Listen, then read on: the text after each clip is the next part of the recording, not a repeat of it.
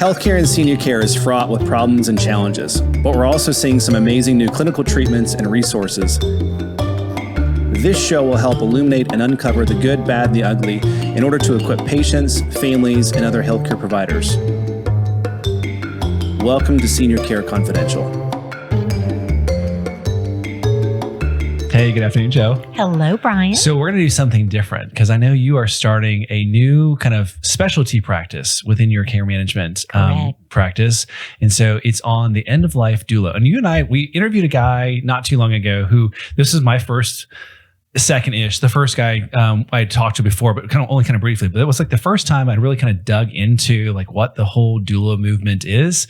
And it sounds like you have really been drawn to this. You started doing some training yourself like back in February of this year. Mm-hmm. It's been almost a year. Yeah. And then went through some other things. There was an event here recently that I saw you post about a doula movement thing too. And now you're actually training others. So first off, what's the significance for you? Like, why are you so passionate about the end of life doula piece of it? It's funny. People ask like, oh, how do you do that? It's just so sad and morbid. It's not. Our life here on earth is short. Mm-hmm. My faith tells us that, our life on earth is short and our real life is going to be when we're in eternity. And so we want to make the most of every day. And I have such a love for hospice, and I just see, that end of life is when you can just tie everything with a bow. Families come back together. There's, I'm sorry, there's forgive me. It's hopeful. And I just love being able to guide them in that journey. What I find interesting, because I know your backstory too, is you actually started kind of as a hospice nurse and then went into private duty for several years, built a successful company, and then kind of moved into care management. And it seems like you're almost like coming back full circle to hospice. I am. And it's funny, when I started in hospice, so I'm going to tell my story about as I was a nurse. When I went to nursing school, I wanted to be an OR nurse. I wanted to be the OR nurse, assisting the surgeons, having these great surgeries and coming home and being able to share these stories of how we saved people. Well, I had my semester in surgery, and I was able to shadow, in the operating room for 3 or 4 weeks. And the doctors were arrogant. Curse words flew. And it was freezing cold, and I hate to be cold. That's I hate to be cold. And I remember each time, like I would get one of those warming blankets because I was so like my teeth would shiver, and you have to keep the OR really cold. So anyway, I remember talking to my first semester instructor, and she said, Joe, I think you would be a really good hospice nurse. And second semester, I thought, well, if I don't like OR, then maybe L&D. I thought that'd be fun to be a labor and delivery nurse. Well, mamas, when they're in labor, are not very nice. And, we had to cheer them on, and they scream at you and curse at you. And I was like, okay. Then my L&D instructor said, Joe, I think you would be really good at hospice. So anyway, I wound up graduated from nursing school, worked at Parkland. And at that time, most of my patients were AIDS patients. It was mid-90s, and that was when there was no cure. And it was everywhere. I mean, sometimes I would have a patient load of 6, 8. Every single one of them had AIDS. I noticed their families didn't come visit them. I noticed their they were shunned. They were alone, dying alone, and it broke my heart. And, as a child, my grandmother would take us to nursing homes every Saturday. And it reminded me of those sweet little elderly people that had nobody, and they just died alone. They laid in a bed and died alone, and just broke my heart. And it pulled me, towards hospice. I thought about what my instructors said. And one day I had a 750-pound patient that we had to completely turn every 2 hours. It took 2 security, me, and 2 aides. It was terrible. And I got home that day. I was so exhausted. I pulled out the phone book. That's when there were phone books and people actually used a phone book. opened up the phone book to hospice, and I saw family hospice in bold letters. And I thought, you know what? I'm going to give them a call. So I fortunately worked for a company. It was Dallas based, and they mentored the nurses back then. We had such amazing training, and I loved being in hospice. I loved it. So when I started my agency, I really saw a need for people that were trained in hospice. I needed caregivers and nurses that were trained to be at the bedside. This was before all the home insteads and right at home and seniors at home and senior helpers and all those. It was before all the franchises. And I really saw the need for people that could be specially trained in hospice to be at the bedside. In terms of like private duty, like caregiving. In terms of private duty. Yeah. And that's why I started my agency. So anyway, fast forward, sold the agency, doing care management. But it's funny, the care management cases that I love the most, that I cling to, are the ones that are patients are terminal. They're dying and they're on hospice, or they need hospice, or the family just needs direction, or they need, somebody needs to give the green light. Everybody is afraid to have that conversation. And for me, it's just so easy. And again, I say it's because of my faith. It's so easy for me. And it's so rewarding. Yeah. You know, so you started almost as like a baby nurse in hospice. I did. What has changed that you've seen in the last 25 years in hospice? So, kind of like what I was just saying, we were mentored. Back when I started in hospice, there were 10 hospices in DFW. Now, just in Dallas and Collin County, there are over 300 hospices. So how in the world can those nurses be properly trained? They're all these companies. The nurses are so hard to find. Those hospices, when they get a referral, you've got to jump on it or they'll give it to another hospice. And so I have seen so many times, time and time again, the nurse comes out from the hospice and has no idea what she's saying. Knows nothing about the meds. They maybe go out once every 2 weeks. The RN goes out to see the patient once every 2 weeks. When I had patients, I saw them 3 times a week. I saw them Monday, Wednesday, and Friday. On Tuesdays, I did notes. And this is not just like towards the end, right? Because I know like early on, it's pretty standard, once a week, once every couple of weeks, whatever. And then as you start to get to, I forget the terminology, but as you start to get to where it's clearly we're coming down to the end. They're declining. Yeah, that's when it ramps up quite a bit from there. Right. But you're saying even back then, it was 3 times a week. Even back then, it was 3 times a week. I always saw my patients. Fridays were my kind of quick, hey, checking in, make sure you don't need anything over the weekend. And my patients, unless they were dying, really close, actively dying, my patients never really called on the weekends, and that's another thing. Like now, the triage, every hospice has to have a weekend staff. And if they don't, they use a service. And so there's some of these smaller hospices that use services that have no idea who these people are. I had a patient that was on hospice and we had to call it was a hospice that was brought on before I was brought on, but we had to call the on-call nurse, and it took her like 6 hours to get there. And when she arrived, she came in, she goes, so somebody wanted me here? Okay, they are dying. Have you not even put yourself in their shoes for just a minute? Have some compassion here. With the back to the doula thing, because this kind of bleeds into hospice a little bit, but it's not necessarily hospice. They're two kind of different things. They are different. So a doula is either a volunteer or private pay. So hospice is paid for by Medicare or insurance or Medicaid. Okay. So what I like to see is when somebody is on the verge, it's time for hospice, palliative care. That's when the perfect time to get a doula in. Perfect example, yesterday, I met with a new client that we're having for care management. And I had to ask those questions. Have you made decisions? Do you have advanced directives in place? What are your goals? What do you want? If you were to stop eating, do you want to have a feeding tube? And the family kind of freezes when I ask those questions. Death is a part of life. It's something that we're going to all go through. And so why is it that conversation is so taboo when it's something we're all going to face. You know, you think about when you find out somebody is expecting.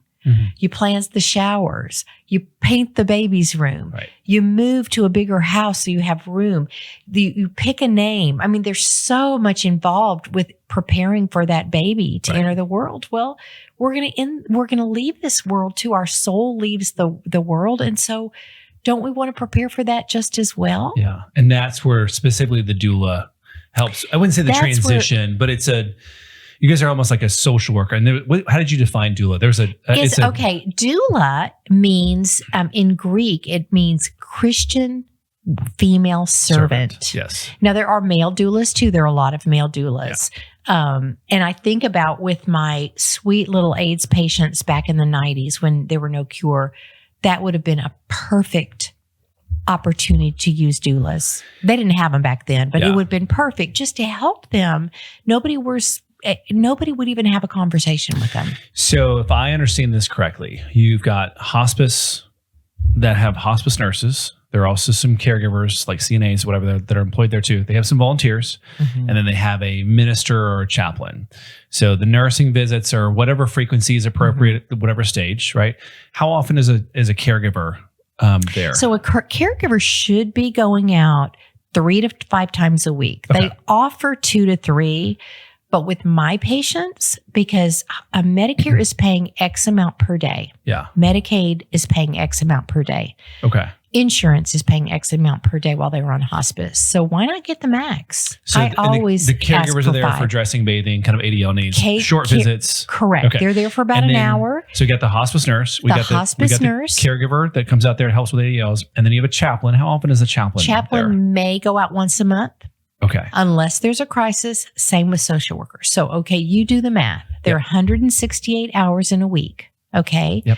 1 hour of a nurse, maybe 2, 3 hours of an aide. That's 5 hours. So that leaves 163 hours left that the family is on their own. So in that 1 hour of nursing or 1.5 hours, how can they really train that family? Yep. And by training the family, because it's kind of it is a specialty service. We can get through some of the training in a second, but what I wanted to call out was this is a distinct, different service that's offered apart from hospice, but works in conjunction with hospice. Works in conjunction and works closely with the hospice. And the great thing about the doula is trained to know, we had one client that only wanted to see, she was so terrified of hospice. She only wanted to see the nurse once a week, refused aides, refused the chaplain, refused social work. And it was my insistence, she was relying on me. Yeah. And it was very difficult for her. And so that's where, we have the knowledge. We've been at the bedside. I have been at the bedside of hundreds of people that are dying. And so you have to lean in, you lean in on an L&D nurse when, you lean in to a physical therapist when you're trying to get stronger. Mm-hmm. So when you're in that process, why not lean on somebody that really knows that patient, because we've done we've taken the time to get to know what their wishes and wants are at the end of life. That's where I was going. This is kind of like a protracted make a wish Correct. On our way out type thing. Correct. That your normal hospice nurse, chaplain, CNA their role is not defined by that. Correct. They have medical things, or the chaplain has spiritual things to kind of attend to, but there's a lot of hours left in those weeks and months where there are desires, wishes, whatever, getting family members together, last trips, whatever that might look like. And that's really where the doula comes in. Is that correct? That is absolutely correct. Got it. Okay. Yeah. And so what is the training that is involved with the doula? So the training, now there is no government, there is no certification. Okay. We need that certification. There are companies that offer a certificate, okay, and you can say you're certified, but just like there's a certified nurse's aide, there's a certified but those are actually public regulated, accountant. though. Yes, But there's this no is regulation yet, but I do see that coming down the pipe. Okay. And I know you've been through this, and I know you're creating your own. We're creating our own. Which tells me that you found things you either, one, did not like, or two, there were gaps in the current trainings that you attended. Yes and yes. So for me, because I am a faith-based person, I do love the Lord. I'm very open about my faith. But one thing I found in the doula trainings, there are several that you can do online, you can do in person. There were retreats involved. There are so many different types of doula training programs. Some community colleges offer them. What's different, they do not touch the faith. They say spiritual. They may say spiritual animal. They really don't touch the religion, the customs, the relationship with the Lord or with God. And we were talking before the show, because you pulled some stats on this before too. What is the percentage of people who have either atheistic tendencies or agnostic tendencies? So it is less than 10% in the United States. In the United States. So, and so that training that all these other doula services are doing just don't want it. They want to be politically correct. They're not going to ruffle feathers. So they don't even focus. They don't even talk about the religious customs, which for most, again, going back to 90% of us, whether you're Hindu, Muslim, Jewish, Christian, Catholic, Protestant, Christian, whatever, 90% of us, that is especially towards maybe we don't live like it all the time, but especially towards those later weeks and months, like we're probably tapping into that because that is what we're kind of relying on. And so if they're making almost like a universal thing in spiritual animals and whatever, it doesn't, I don't think, do a good enough service versus just identifying what's the needs here, what's the specific cultural things that this particular person wants, or the faith-based things. And so that's where your training is different, because you guys actually bring in a Hindu, I don't know what you call them, priest, pastor, so whatever they are. Right. Hindu, Muslim, Catholic, Jewish. We want people to be comfortable that we know what their wishes are, what their customs are, what their beliefs are, so that when we're at the bedside, we are able to better, fulfill their wishes.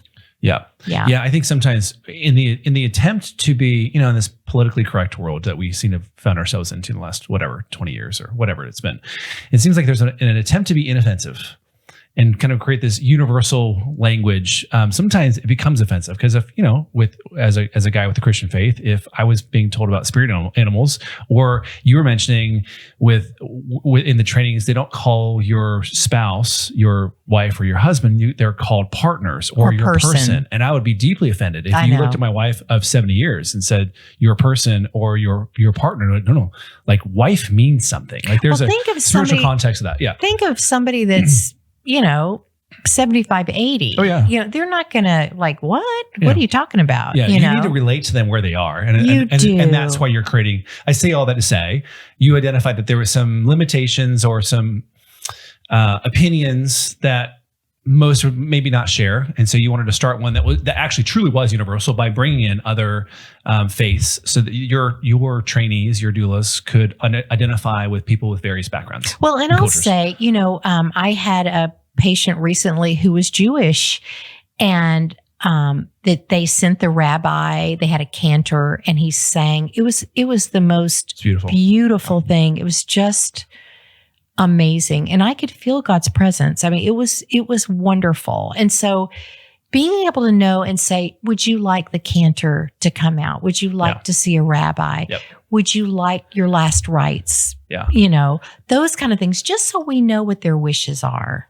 Does the doula, how long is the doula training with you? So our training is a month. Okay. It's 4 3-hour sessions. There is some homework that you need to do. And we do require the people that go through the training to volunteer for a hospice that is a good hospice that has a good volunteer program. And fortunately, unfortunately for the smaller ones, they don't have as good a volunteer program as the larger hospices do. You know, the ones that are all over the place. They do have good programs, and you're able to sit at the bedside, sit vigil with somebody. There's also a nonprofit called No One Dies Alone, and we encourage them to sign up for that as well. Because, you know, just sitting at the bedside and watching somebody in that dying process is scary if you haven't done that before. Yes. And I want to share this. Just when I was a brand new hospice nurse, I took call for the first time. I'd only been doing hospice for 2 weeks, and I got a call about 7 p.m. that a patient had passed away and I needed to go pronounce. I had never pronounced a person. I had no idea what I was doing. I knew I just listened for the heartbeat, and if there was no heartbeat, then I would call the medical examiner. So I drove at a snail's pace just to make sure there wasn't a mistake, because I hadn't done that before. Yeah. So having that experience at the bedside just, you know, helps so much, because you're able to explain things to families, like, you know, the what they call the death rattle. Mm-hmm. You know, people they breathe real heavy and they're not able to swallow. And so the sound is worse for us than it actually is for them. They're just very weak. But a family, just explaining that to the family can give them such peace of mind, because some think, oh my gosh, Dad's choking. No, he's not. He's just, he can't swallow that like a healthy body could. Yes. You know, but back to the other doula trainings out there. And there is one that someone that went to the seminary does, and she's not a nurse. And I have listened to a lot of her podcasts, and she is excellent. She's very good. But like I said, none really touch on faith. And there was one that is very well known that was interviewed, and somebody asked her on the interview, so what is the most interesting moment you remember at the bedside? Like something you learned or something that happens that people wouldn't expect. And, you know, my answer would be, because that where my brain went to was that people raise their hands and call out Jesus's name. Or I had one time that said, Joe, every blade of grass, I see heaven. Every blade of grass is worshiping God. It was amazing. Like every cell is worshiping God. It still gives me goosebumps now. But this doula's answer was, well, you'd be shocked at how many people have second families and mistresses. Like that was her answer. Yeah. And I'm like, okay, that would not fly. And maybe it's just, you know, it would not fly with a family that had a strong faith. Yeah. That wouldn't. I've never heard that, and I've been at the bedside of hundreds of deaths about a mistress in a second family. So, and maybe we're just in the South in the Bible Belt. Yeah. But that's just an example. And, you know, one thing, there's a book I love, and I brought it, Imagine Heaven, and it's by John Burke. He was an engineer, and he is a pastor of a church in Austin now. But he was an engineer. He was agnostic. Yeah. And he started interviewing people with near-death experiences. Oh. And what I have found so much is our patients that do have a faith have such an easier time with that dying process than those that don't. It's just factual. But that's the other doula services don't even talk about that. And I can't believe that I'm the only one doula out there that sees those things. I just have that. It's so hard for me to believe. Yeah, makes sense. So anyway, that's where we're so excited, is just being able to. Sorry, I turned that sucker off.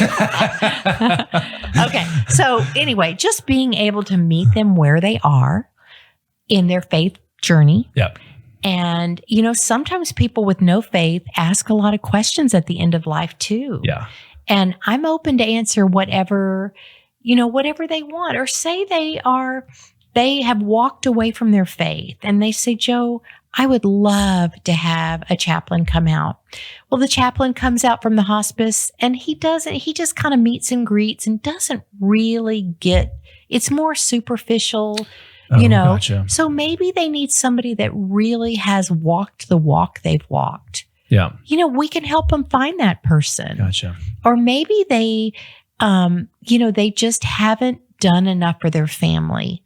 And they want to write a letter to everybody in their family, but they don't have the strength. And so we can help them do that. Gotcha. I've helped them do that they don't want to, they want us to give these letters when they die. They just don't want to do it now. Like a lot have so many regrets, and we're there to help them in that process, Okay. and it's confidential. Yep. We're there for that patient.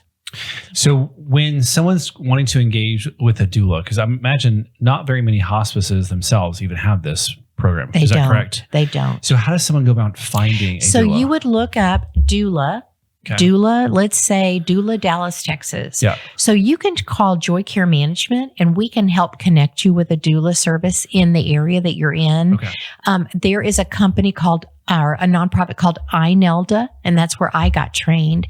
They have a nationwide list. They actually have some international doulas as well in other countries, but they have a list and will tell you if you're in Texas, go to Texas and put your zip code in, and they'll find somebody within a 30-mile radius. Got it. And some, want a doula. I was a doula for a family in Colorado, and we just did everything online. They didn't want me to come out, but they just needed direction. Yep.